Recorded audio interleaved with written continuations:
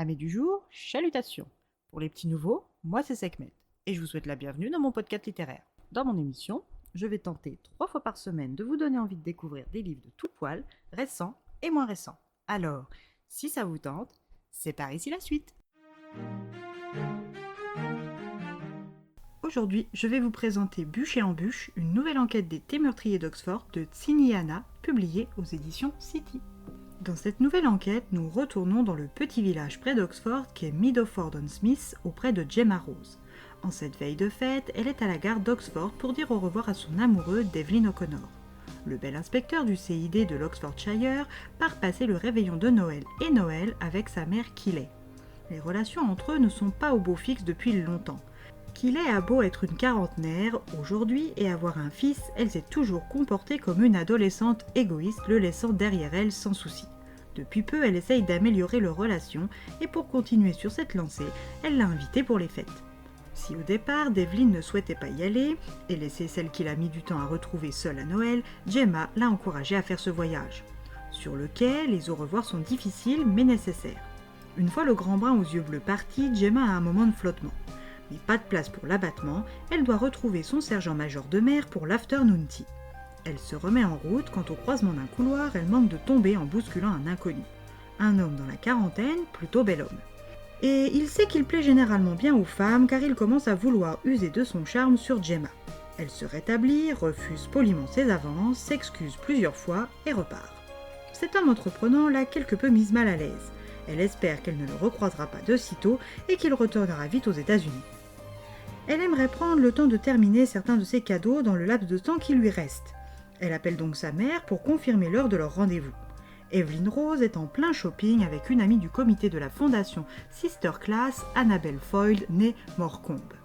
Elle lui explique qu'elles auront un peu de retard et que ce serait vraiment formidable de sa part si elle pouvait leur obtenir une table pour 3 au Randolph Hotel.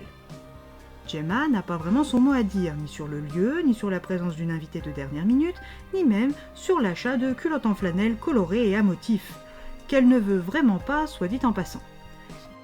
C'est un peu excédée par sa conversation avec sa mère, qui lui donne l'impression d'être de nouveau une adolescente, qu'elle trouve le cadeau parfait pour sa meilleure amie artiste Cassie, une mallette de peintre en beau bois. Après s'être délestée d'une coquette somme, Gemma se dirige vers l'hôtel. Devant, il y a foule. En ces veilles de fête, c'est normal. Elle patiente quand un gamin lui vole le sac contenant le cadeau hors de prix de Cassie. Elle n'a le réflexe que de hurler au voleur quand un inconnu aux longues jambes sauve le Noël de sa meilleure amie. Elle s'apprête à le remercier chaleureusement quand elle se rend compte que son sauveur n'est autre que le dragueur lourd de la gare. Son éducation à l'anglaise ne lui a pas permis de décliner l'invitation à prendre une boisson avec lui.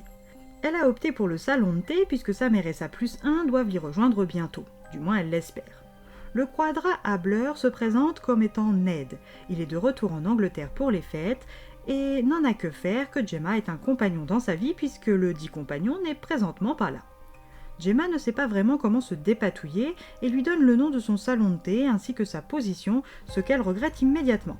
La serveuse, qui a commis l'impair de renverser du thé sur le mielleux Ned, se fait vertement asticoter. Par son attitude verbalement agressive, Gemma confirme son sentiment premier, elle n'apprécie pas cet homme. Elle essaye donc de se sortir de cet entretien forcé quand un appel lui sauve la vie. Ned est appelé urgemment ailleurs. Pas le temps de souffler que sa mère et la fameuse Annabelle arrivent. Sa mère commence à babiller sur ses achats quand elle amène sur le tapis l'embarras de sa compagne de shopping. Annabelle organise une fête pour les enfants nécessiteux et leurs parents dans la propriété familiale de son père, Sir Hugh Morcombe. Au domaine de Sulby Hall, elle a prévu un afternoon tea suivi d'une distribution de cadeaux, mais son traiteur vient de la lâcher tout comme sa gouvernante. Evelyn a bien vendu les talents de sa fille et de son salon de thé. Gemma, qui fait traiteur, accepte d'aider cette jeune femme qui semble au bout du rouleau. Muesli, sa chatte tigrée, est elle aussi bienvenue. Quand Gemma et sa mère arrivent, le temps est à la neige et l'ambiance est particulière. La bibliothèque où Annabelle a mis le grand sapin est magique. Elle a pu retrouver une gouvernante en la personne d'Ellen Holmes, ce qui lui a retiré une énorme épine du pied. En très peu de temps sur place, Gemma apprend que le mari de son hôtesse s'appelle Richard, qu'il fricote avec la fiancée de son beau-père Kelly, le cousin de Julian est l'héritier du domaine puisque le fils de Hugh, Edward, est supposé mort, et que Annabelle n'est pas la préférée de leur père. La fête se passe bien, dans les grandes lignes. Elle s'achève sur les champs des éternelles vieilles chouettes Mabel, Glenna, Florence et Ethel. Les participants, dont Evelyne, repartent, mais Annabelle aimerait garder Gemma encore un peu avec elle. Son cousin Julian vient d'arriver, et peu de temps après lui, un invité surprise. Le fils prodigue est revenu d'entre les morts. Gemma est tout aussi choquée que ses autres car il s'agit de Ned, le Ned qui lui a fait du round de danse sans pudeur plus tôt dans la journée. Gemma veut partir, mais malheureusement le temps s'est dégradé. Elle va devoir rester pour la nuit, tout comme son gang de mamies préférées. La soirée et la nuit leur réservent son lot de surprises et de cadeaux. Mais ceux-là ne sont pas tous amenés en traîneau à Rennes. Alors, pour savoir ce que le Père Noël a apporté dans sa hotte pour Gemma, Annabelle et les autres, à vos romans.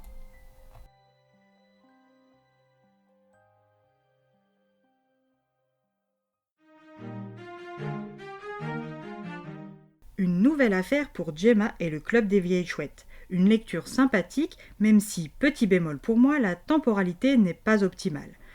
Il est vrai que 10 tomes, 10 crimes en à peine plus d'un an, ça commence à piquer. Mais bon, l'histoire reste sympathique. Et bien voilà, j'en ai fini pour aujourd'hui. J'espère que cet épisode vous aura plu et vous aura donné des nouvelles idées de lecture. Si vous souhaitez découvrir d'autres petits bonbons littéraires tout droit sortis de ma bibliothèque, je vous retrouve le jeudi 18 décembre prochain pour un nouvel épisode. Et si d'ici là je vous manque de trop, vous connaissez le chemin sur Instagram, @leslectures de Sekhmet. Sur ce, salut les amis et à la prochaine.